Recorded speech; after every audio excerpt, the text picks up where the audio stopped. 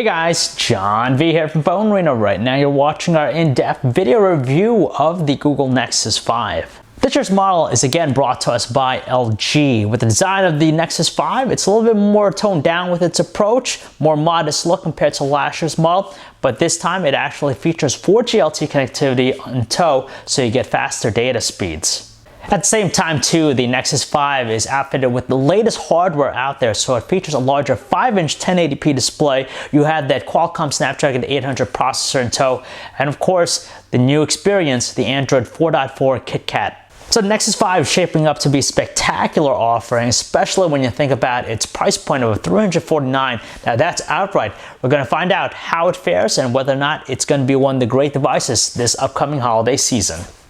For the price point, we can't be too critical with the design of the Google Nexus 5. It's pretty much expected. We've seen other prepaid phones priced on the same level sport uglier designs, but this very modest with its overall design scheme.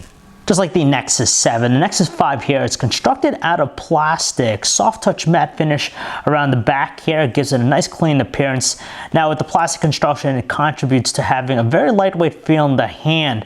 But as far as the construction is concerned, it's okay. Better than the Samsung Galaxy S4 or other plastic devices like the LG G2, but not quite as sturdy compared to some of the Lumia devices out there.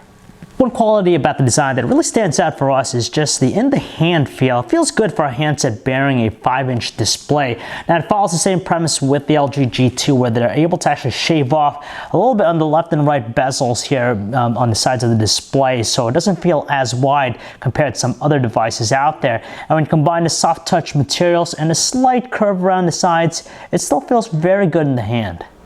It might not have a solid industrial design nor a premium quality with its construction, but nevertheless, we definitely like the Google Nexus 5. There's some really nice qualities to it. When you factor in the price point, it's nice to see that the design is at least modest. There's a pretty sweet looking display here on the Google Nexus 5. It's a 5-inch 1080p IPS LCD panel, so 1080 by 1920 pixels results in a pixel density count of 445 pixels per inch. It's really super sharp. The details are just exquisite here with the display, especially when you have 1080p resolution and a 5-inch display. It just produces some amazing looking details, especially here in the web browser, a zoomed out view. Our eyes are able to distinguish even the tiniest of text with no issues. Of course, you could pinch zoom to get it larger, but even from a zoomed out view, it is more than legible. The colors are also equally as good. Again, it's an IPS LCD panel, so you get some more natural, neutral looking colors, though it tends to have a little bit of a warmer color reproduction compared to some other displays out there. So when it comes to whites, it tends to have a little bit of a yellow tinge to it. The viewing angles are okay. Widest angles, we notice just some distortion, but it's not a big problem, of course, when you're looking head on. And when it comes to outdoor visibility, it proves to be a superior thing as we're able to view everything on screen with minimal shielding from the sun. Might be tough to see, but it actually features an LED notification light below the display. It pulsates whenever we get them.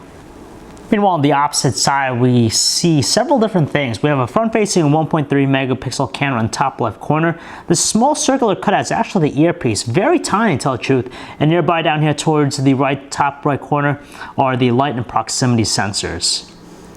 Around its trim, we spot all the usual suspects. So in the top left corner here, we have the volume control.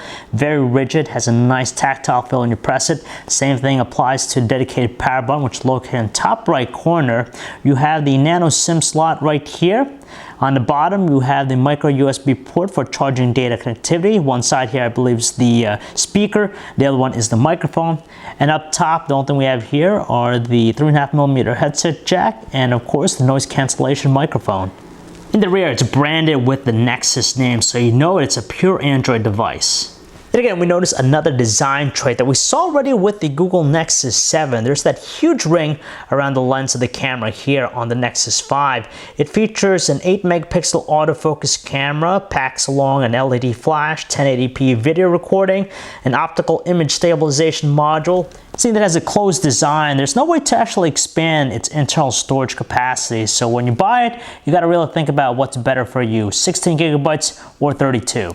The other star of the show here with the handset is the updated Android experience, now up to Android 4.4 dubbed KitKat. And although it looks different, for the most part, it still has all the core foundational aspects of Android. We see just a subtle change with the visual presentation and some new functionality on board, but besides that, we wouldn't say it's much of a dramatic upgrade. Let's first talk about the visual presentation here with KitKat. Now, it's a little bit more reserved in tone compared to other previous versions of Android. For example, we had that Tron-like theme going on with Android Honeycomb back a while ago. But with this, like I said, it's more reserved. So it trades it up for this dark white and gray theme that's going on. And we see it in several applications like the phone dialer, notifications panel, and even some of the other core organizer apps such as the calendar, the clock, and even the People's application as well. So overall, depending on your taste, you might like it. It's not as in your face again, but it's still really nice with its contrasting look. As expected, you have that rich personalization aspect with Android, and same here applies with the most updated experience with KitKat. Now, you have the home screens here you could use to fill them up with various widgets, of course, but in order to actually modify certain things, if you want to add more widgets, all you gotta do is hold down in any dead space, and from here we could access the widgets portion. They've kind of separated just because before it was actually integrated into the apps panel. There's nothing new with the way the experience handles notifications or multitasking. You have the notifications panel up top, you swipe down, same functionality as before, and on top of that, we could still gain access to some of the useful connectivity features directly from there. And as for multitasking, we still have the same old panel that we're accustomed to seeing from before, so nothing different about that aspect. One of the coolest things about KitKat is its integration of Google Now with the home screen. So instead of accessing it by just pressing the home button and swiping up, we can instantly jump to Google Now by just swiping over to the right, and we have access to it right here. Better yet, when we're on the home screen, we can instantly launch Google Now by saying the key phrase, "Okay, Google." And then from here, we could do the same thing we normally do. Now, it's a great implementation, but it has to be on the home screen in order for it to run. So if you have it turned off and you try to say, "Okay, Google," it's not gonna work. It's not in the same premise as the Moto X. Interestingly enough, the lock screen with KitKat also follows the same premise of having a more simplified UI. So basically, we can unlock the device like normal, we could launch Google Now, of course, and we could gain access to the camera app by swiping left like so. But at first glance, it might look like they've taken away those widgets that we normally find with the experience, but actually, if you go under Settings and you go to Security, you'll actually be able to enable those widgets and use them in the lock screen itself. Obviously, there's not a dramatic difference between the KitKat experience and previous versions of Androids. We do appreciate the subtle enhancements that they made, but best of all, it's more simplified and straightforward with its experience. It doesn't try and inundate us with a ton of features like some other experiences out there, so we really like it in that aspect. And top it off too, KitKat's mentioned to offer a pretty good experience even on older devices with older hardware. With KitKat, the phone dialer sees an update with its experience. So basically, on top of just being able to view all your contacts that are stored locally, it works just like a Yellow Pages book. So basically, if you want to look up for certain information, a business or something, it'll automatically populate the information for you. All text messages are now handled by the Google Hangouts application, so it's the centralized location for all your text messaging needs. But the downside about that is the organization part. Sometimes we just don't know where it's coming from, whether someone's trying to contact us via Google Hangouts or if it's an actual SMS. See that it has a huge display. There's no problems when it comes to typing up messages with the on-screen keyboard. Now, the layout's the same from before. We have numbers integrated into the top row. It's super responsive fast. We also have an alternative swiping method if you want to use. We have also some new things like all these emoticons to choose from, which is nice. And of course, if you want to stick with just the landscape option, it's still relatively easy to use. The Nexus 5 isn't a slouch. It's powered by the same processor in some of the high-end devices out there, especially when you think about the price point. That's pretty fantastic. So it's a quad-core 2.3 GHz Qualcomm Snapdragon 800 processor coupled with the Adreno 330 GPU and 2 GB of RAM. So for all basic operations, it's pretty snappy with its movement. Even for things like surfing the web, it's pretty much instantaneous with everything that we throw at it. And if you're into more processor-intensive things, things. Let's say, for example, if you're heavy into 3D games, you're going to be astounded by the performance on this handset. It is just nice and smooth and very minimal when it comes to lag or slowdown. It's something that might be taken for granted nowadays, but luckily the Nexus 5 is now outfitted with 4G LTE connectivity, whereas last year's model didn't have it, only offered HSP plus speeds. So with the web browsing experience, you're going to get those speedy page loads, which we really like. And on top of that, all the qualities of a high-end smartphone. You have instant page rendering, smooth navigational controls, and of course with Chrome, it's very useful with its vast functionality. KitKat actually doesn't bring along a new music player. It's the same one that we're familiar with, the Google Play Music application. So as far as the visual presentation, it's the same as before. Nothing really new about it. As far as the audio quality with its speaker, it's rather lacking, a little bit muted, and at the loudest volume setting, it tends to have a lot of crackling. And it's kind of weird because you think it has two speakers, but in fact, it's only a single one on the left side here. Unfortunately, out of the box, the Nexus 5 doesn't have as deeper of a video codec support compared to some other handsets out there. So it'll play MPEG-4 and H.264 videos, but not DivX or XVID. Despite that, it's still a fantastic device when it comes to watching videos, high definition ones. Just because of that rich and sharp looking display, it really helps for the experience. And it doesn't have any other features aside from the simplified experience of actually watching videos. Productivity-centric users really appreciate what Android 4.4 KitKat has to offer out of the box. It's now preloaded with a quick office application. From here, we can make things such as like a new document, a spreadsheet, and even a presentation.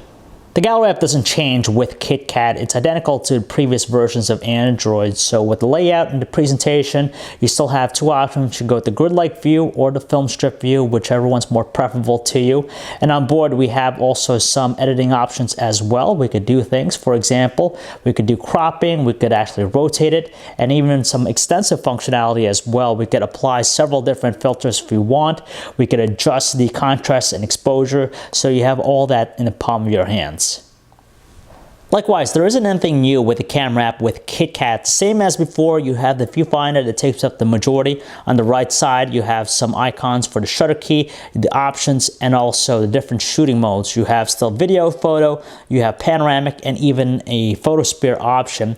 And to an extent, we have a few manual controls that some people will appreciate, but not quite the same level of depth that we find on other camera experiences. Actually, we're most surprised with the Nexus 5's impressive camera quality with its 8-megapixel autofocus camera, which features an optical image stabilization module, an f2.5 aperture lens, and a backside illuminated sensor. Now, the photos it takes easily rivals some of the greats in the space, like the iPhone 5S, the Samsung Galaxy S4, and the LG G2. It just has a fine balance with almost everything it has to offer. Details are nice and exquisite as long as there's plenty of lighting, it's able to draw them out, but colors tend to be a little bit on the saturated side, but we can't complain just because the photos with outdoor shots just look pretty stunning. Of course, with lower lighting situations, we do see a dip with its quality, but not that much. It's only diminished just because of the noise that pops in and of course the grainier looking details, but it's still pretty good. It doesn't handle dynamic range as great compared to some other phones, so what happens is you tend to see a little bit more overexposure with brightly lit areas. But besides that, it's still pretty good, and the LED flash is pretty potent as well. It's able to even light up subjects that are more than 7 feet away. Equally as appealing is the handset's 1080p video recording quality. It has all the same likable elements that we find already with still image quality, so you get some sharp looking details. Colors tend to be a little bit more on the saturated side, and audio recording is nice and crisp. Now, the only downside is that its focus adjustment tends to be a little bit jumpy. It has continuous autofocus, so it's nice, but every now and then we see it going in and out. As a whole though, we could definitely recommend using it in a variety of different occasions. However, it falls a little bit flat when it comes to the video recording quality under lower lighting situations. Details, of course, get a lot more faint, and there's just a heavier presence of noise that kind of diminishes the overall look. And on top of that, the capture rate drops down to a very slow 19 frames per second, so it looks rather choppy. We wouldn't necessarily say it's the best thing we've used, but at least we're able to handle phone calls a little bit on the easy side with the Nexus 5. Now the most pressing issue here is found with the earpiece itself. Maybe due to the design of it, it just doesn't seem to disperse audio as great. It just tends to sound a little bit weak unless you really jam it against your ear. Voices through it have a little bit of a flat tone, but for the most part still audible. On the other end of the line, our callers had an easier time just because they're treated with more clear and distinctive voices. When switched to using the speakerphone, it does emit some crackling and some muffled tones, but for the most part, we're still able to use it. Even though we're ecstatic that the handset now features 4G LTE connectivity, but battery life is something that's left to be desired with the Nexus 5. Now it's great that we're able to get through an 8-hour work shift on heavy usage, but honestly it taps out usually around the 12-hour mark, which is a little bit disappointing when compared with some of the other handsets in the same category.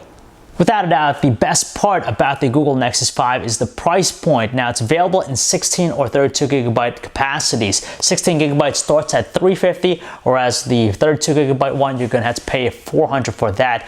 Knowing that, it's pretty impressive what you're getting. Of course, the handset's high-end with all the specs in tow. It's pretty amazing that's offered at that price point. Sure, there are still some pressing issues that we find with the handset, like its underwhelming performance with the battery life and call quality, but as a whole, it's a well-rounded performer. It takes some nice photos, very fast with its performance thanks to the Snapdragon 800 processor, and you have some really dreamy specs under the hood, so there's a lot to like, and it goes to show the kind of value you're getting out of the handset. And of course, we have the Android 4.4 KitKat experience on the Nexus 5. And with that, we definitely like the direction that Google's moving with its experience. Now with KitKat, it's far more simplified than before, unlike some of the other handsets we've seen throughout the year that have a ton of features with the experiences. It's more about the core foundations here with the Google Nexus 5, and that's what's very impressive about it. It's not as feature-filled compared to its rival, nor does it have the most impressive looking design, but there's a good balance here with the Google Nexus 5. You have affordability,